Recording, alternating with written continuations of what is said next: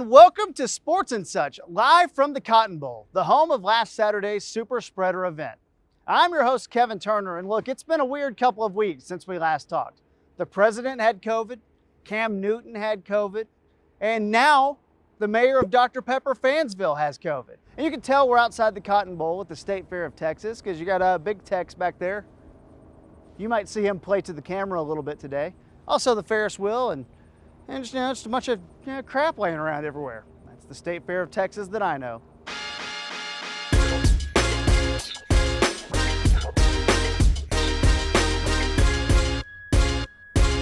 Dak Prescott is out for the season after suffering a gruesome ankle injury against the Giants on Sunday.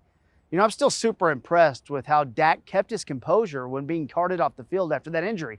I got stung by a bee when we were shooting episode 1 of this show, and I nearly didn't show up for this one. Former Dallas Cowboys head coach Jason Garrett, and man who only needs glasses for that baggy part underneath his eyes, made his return to AT&T Stadium on Sunday and delighted fans by doing what he does best, losing at AT&T Stadium. Even I'll admit that was a little mean.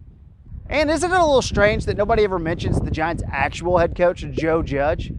It's kind of like in Aladdin, like sure the main character exists, but everyone really just wants to talk about the genie. What if Jason Garrett was the genie? All right, you get 3 wishes. First wish, and then it's a process to which you'll get your second wish. And then after that, if I grant those wishes, we'll give you a 3rd wish. And don't ask for anything crazy. I'm not Robin Williams. He was a good man, great comedian. Used to watch him all the time. The Cowboys defense remains one of the worst in the league, with some fans and media calling for the firing of defensive coordinator Mike Nolan. You know, come to think of it, maybe the Cowboys hired the wrong Nolan to be defensive coordinator. Bam, bam, old man. Moving on to other NFL news, not only did the Washington football team remove Dwayne Haskins as their starting quarterback, they made him the 3rd stringer behind Kyle Allen and Alex Smith. That's right, Alex Smith. If Alex Smith was a horse, they would have had to shoot him. The NFL is expected to come down hard on the Tennessee Titans for breaking COVID-19 protocol. Last week, multiple players were photographed practicing at a local college football field. The only person more disappointed in this than the commissioner is former NBA star Allen Iverson. We talking about practice, man. What are we talking about? Practice? And when you dive deeper, it's really not that surprising. The Titans are coached by Mike Vrabel, a man who literally said he would cut off his junk to win a Super Bowl. I really think we're screwed as a country if a guy is willing to go full Ken doll but still can't follow simple health protocols. Castration for a trophy? Absolutely. Wear a face mask and wash my hands? Now you're talking crazy. Another one of the teams hit by COVID-19 has been the Patriots. But if anyone can magically figure out a way to keep his team healthy, I'd bank heavily on the guy who turned himself into a dog during this year's NFL draft. In college news, the Oklahoma Sooners beat the Texas Longhorns this weekend, to which countless teens rolled their eyes, fired off a snap talk, and said, "Okay, boomer." That's right, a 4 overtime game, which is fun and all, I guess, but after 5 hours, I just kept thinking, man, I wish this game was over sooner. What do you mean I gotta go to jail for that? Really?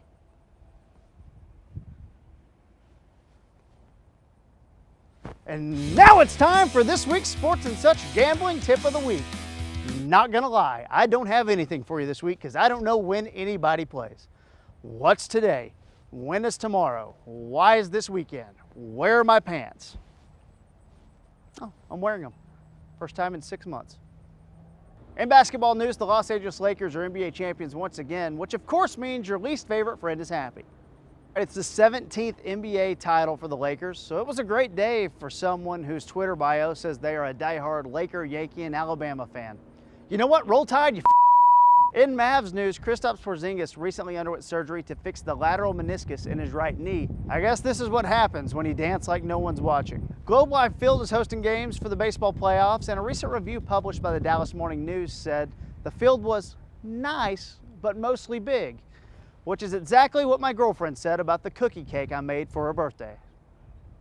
And in shopping news, Amazon Prime Day is this week, but for me, Prime Day will always be about the time the NFL Network allowed Deion Sanders to cover the draft. Roll the audio, Dina. Oh, a phone is ringing. Michael Crabtree. Hello? They won't say who it is. I bet you want to know also. I want to know, who is that guy calling Michael Crabtree, and when is he going to go? We'll be back after these messages.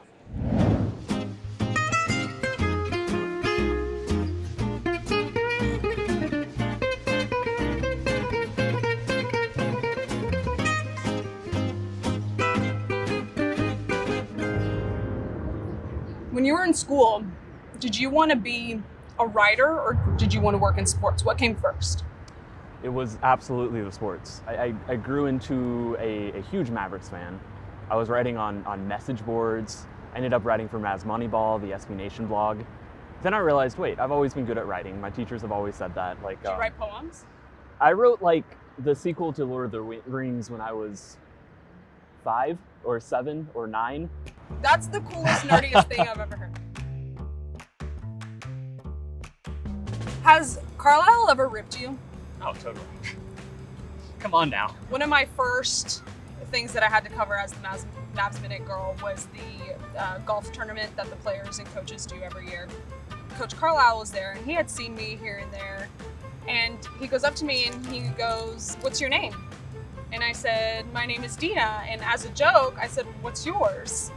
And thank God Steve Chivera was right there, because he started laughing, and then I started laughing, and then that indicated to Coach Carlisle that I was just joking, because before that happened, he was just kind of looking at me, and I still to this day am not sure if he liked that all that much.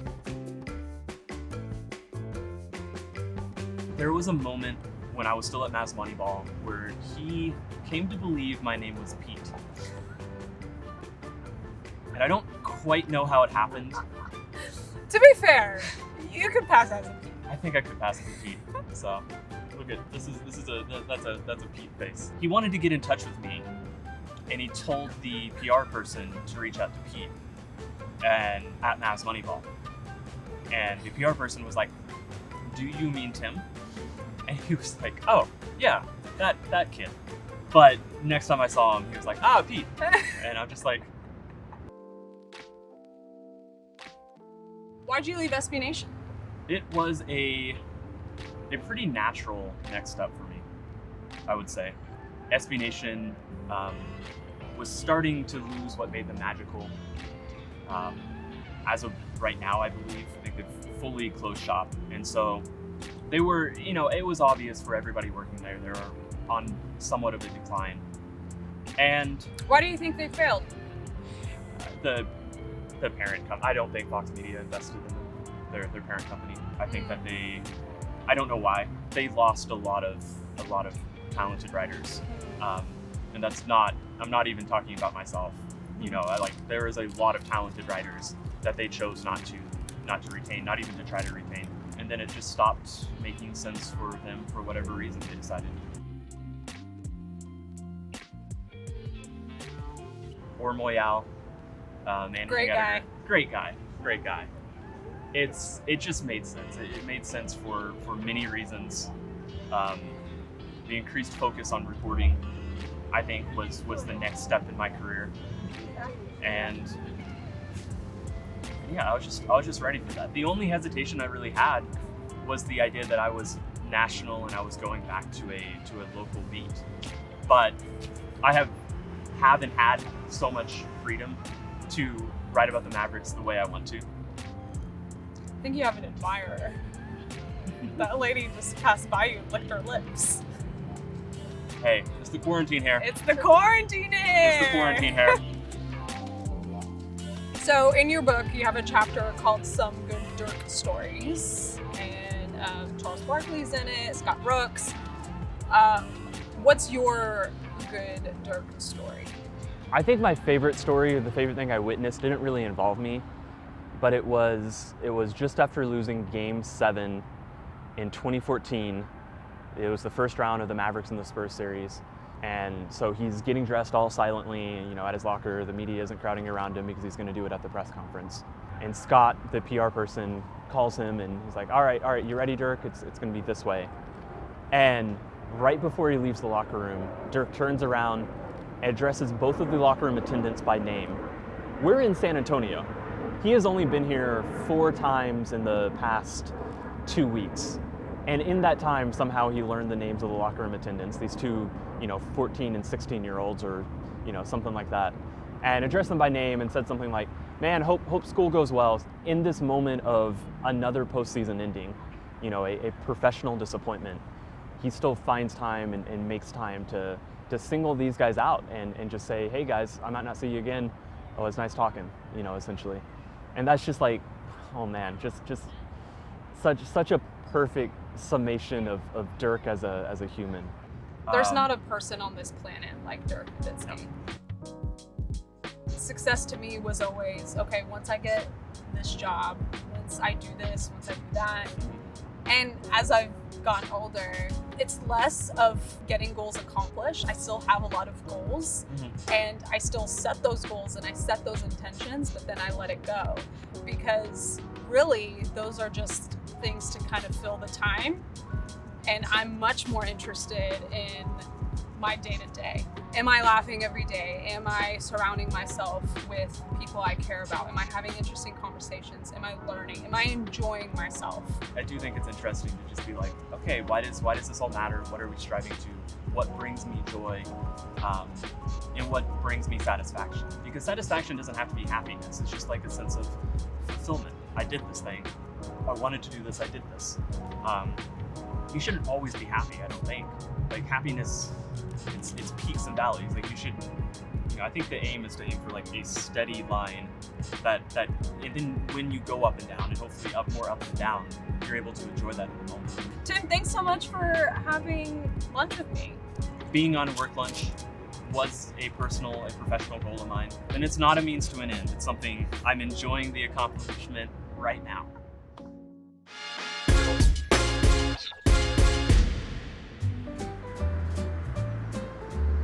It's your typical 100-degree fall day here in Arlington, Texas, and we're ready for some football. I'm Reginald Datatula in my apartment in Dallas, but virtually in Arlington, Texas, for the big matchup against the New York Football Giants and the guy who used to call them the New York Football Giants, probably still does, this familiar face. How weird is it that Freddie Kitchens is back at AT&T Stadium coaching against the Cowboys? You're seeing some familiar faces on the opposite sideline. What's it feel like to have Freddie Kitchens back in the stadium? Man, it's crazy, man. But my main concern is Jason Garrett. He know our old offense, man. He know our whole team. Freddie Kitchens, I'm not familiar. Is he on the Giants? Yeah, he used to be the tight ends coach for the Cowboys in 2006. Okay, honestly, I'm not even gonna lie. I wasn't familiar with the man. Obviously, Jason Garrett is going to be on the other side, on the sideline for the first time. It's going to be interesting to see that. All right, now you throwing a cookout. You inviting Mike McCarthy or Jason Garrett? If I'm throwing a cookout, I might invite Jason Garrett. Which one would you want to do your taxes for you, though? Neither one of them, bro. I'm broke. Oh, we're talking taxes? Yeah, I'll probably go with the Princeton guy. Yeah, give me Garrett on that one. Can I get a prediction from you? I think we go down maybe by 40 early. And then win maybe like 70 to 50. You from New York or where are you from? I'm from New York, upstate New York. Okay, where upstate? 2 days in and out. I'm here for business. All right, man, give me your best Jason Garrett impression real quick before we go. Best Jason Garrett impression? We fought hard. We tried our best with these burgers. It is what it is. It's a tough grill. We played a good. We had all the right ingredients. We just didn't execute right. You think I could get a how about them Cowboys from you? No. How about them Cowboys? How about them Cowboys? Can I get a how about them Cowboys from you? How about them Cowboys? Seeing Jason Garrett as a Giant at AT&T Stadium is probably a lot like running into your ex at your favorite bar. Nah, man, I'm good for her. Glad that she's doing great. As long as great is 4th place in the NFC. I'm Reginald Datatula, and this has been Streets and Such. How about them Cowboys? Let's go. 8-8. We're now at the Sports and Such fun time part of the show, as we now welcome you in to KT's virtual Big Top Multiple Choice Circus. Luckily today I've gotten 2 guys who I would call them friends. I don't know if they would call me friends. But from your Texas Rangers, we have pitcher Taylor Hearn and catcher Jose Trevino. Guys, thank you so much for joining. Yeah, no problem. Yeah, thank you for having us. If I know you guys as well as I think I know you guys are pretty competitive and are going to want to win this game show. I noticed, Taylor, you're wearing, a Luka Doncic shirt right there, supporting the Mavs. Where's your Mavs shirt, Jose? I actually don't have any, and I actually gave my jerseys away because they're not allowed in my house. So, yeah. For those of you that don't know out there, Jose is a lifelong Spurs fan. That's right. But that's right. I think he was pulling for the Mavs in the playoffs when the Spurs, didn't make it this year, right, Jose? Yeah, for like the 21st time or something like that, they didn't make it. Yeah. I've asked you to bring a pen and a paper, and question 1 will be a multiple choice question. Are you ready? I'm ready.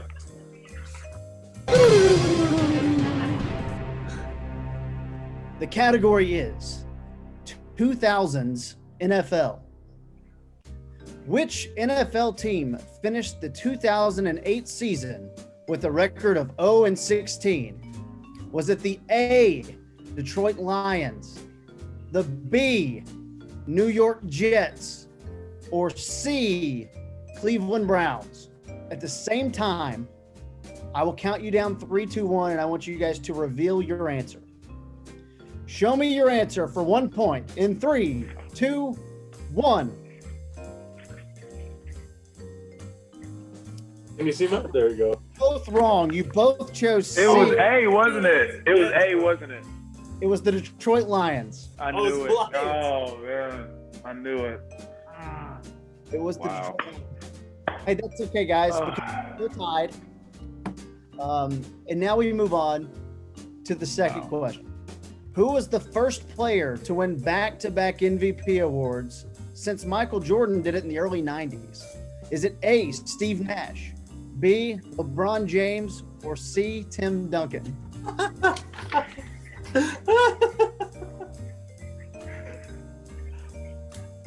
You even bring up the Spurs, and he just starts laughing like a little boy. Yeah. No, the Spurs. It's always 5 giggles because we have 5 championships. All right, on the count of 3, 2, 1, reveal your answers. Oh, he marked it out. Taylor marks it out and goes with B, LeBron James, and that is not correct. No, Jose, that was C. C was from the first answer. Oh, sorry. Okay, so he didn't mark it out. But he gets to be LeBron. And Jose stick to C. Was it LeBron? It's Tim Duncan. Tim Duncan, bro. He did it 97-98. I don't give him no credit. Next question.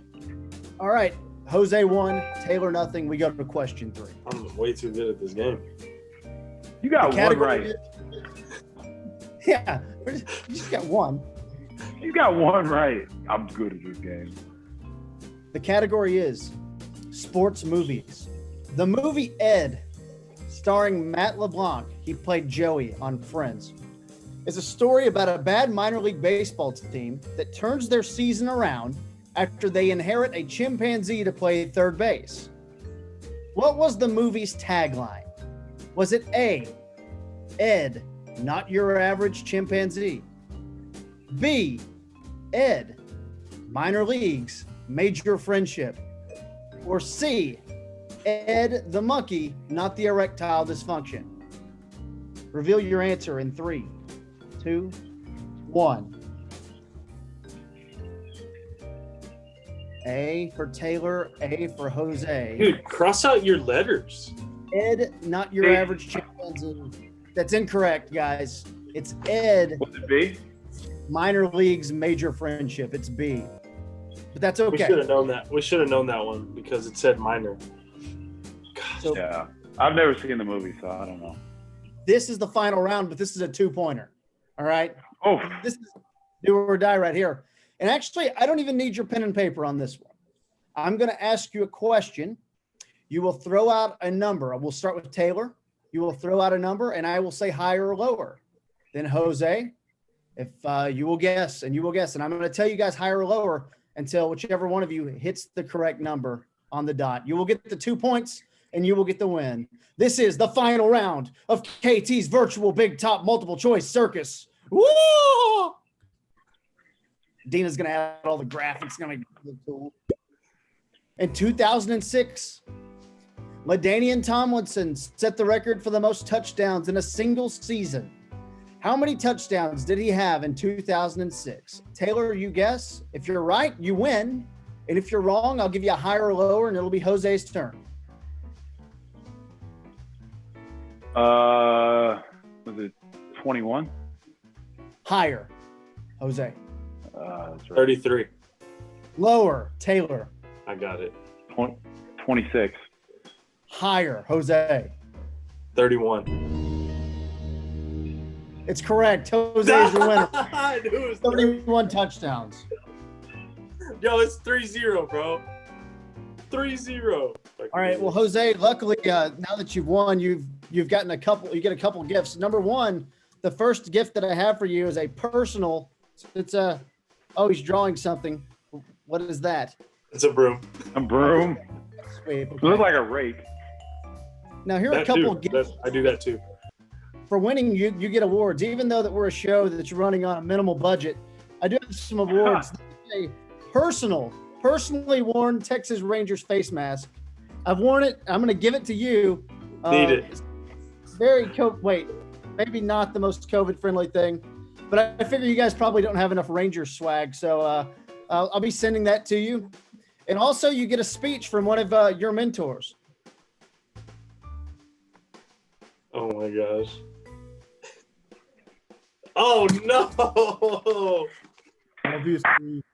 Obviously, you're not a big fan of what we do here for the Mavericks, but you fought hard in this game, and I respect that. Respect what the Spurs did for all those years, especially in the 2006 Western Conference Finals. You remember that one, don't you, Jose? Yeah, remember how that was? I remember that, Dirk. I remember that. Taylor, thank you for supporting the Mavericks and for supporting sports and such. Oh, love it. Love it. And a little side note there, Dirk. On the way back from Arizona, we rode on the team plane, and the 2011 championship plaque was up. So suppose you got a good look at that. We are the champions, my friend. Hey, Dirk, give me 5. Okay, you know what? No, not on my show, Jose. If you want to do that on your show, that's fine. But no, you keep Tim Duncan out of here. I've got 5. Give me 5. Come on. Here, look. Come on. Give me 5. Come on. Give me 5. Give me 5. We're good. My goodness. I mean, of all teams, dude, you're like a Hornets fan, it'd be fine. Like, no one cares. The Spurs? The Spurs, man. Fine. Well, guys, thank you so much for your time. I know the season didn't go as well as you guys wanted it to overall, but Taylor coming back from an injury to get back out there on the mound, very impressive. And Jose, you had a great year as well, as we know. I mean, I just think you guys are really really great dudes. I mean, you guys know how I feel about you. So, but I think the rest of the Metroplex is starting to know about you guys as well. So thank you very much for the time and for jumping on this stupid show. That's actually a lot of fun. You guys are going to increase the star power of this show. It's really not a TV show. So we can watch it on the internet. So one of those things. So thank you guys for participating. And if you guys ever want to rematch, Taylor, if you just want to get him back sometime, let me know and we'll do it again. Hey, I'm ready. I'm ready whenever. I appreciate it. Bruce Bowen was a dirty player. All right. Thank you to Taylor Hearn and Jose Trevino of the Texas Rangers for joining us on this episode of Sports and Such. Also, thanks to our work lunch special guest this week, Tim Cato, our man on the street. That's right, Reggie Atatula, and our director, producer, editor, writer, on-screen talent, everything person, Dina Adi. Thank you so much. We'll be back with another episode of Sports and Such in the next couple of weeks. And make sure you follow us on social media for clips from past episodes and a preview of what's to come on Sports and Such. Goodbye, everybody. Spread the love.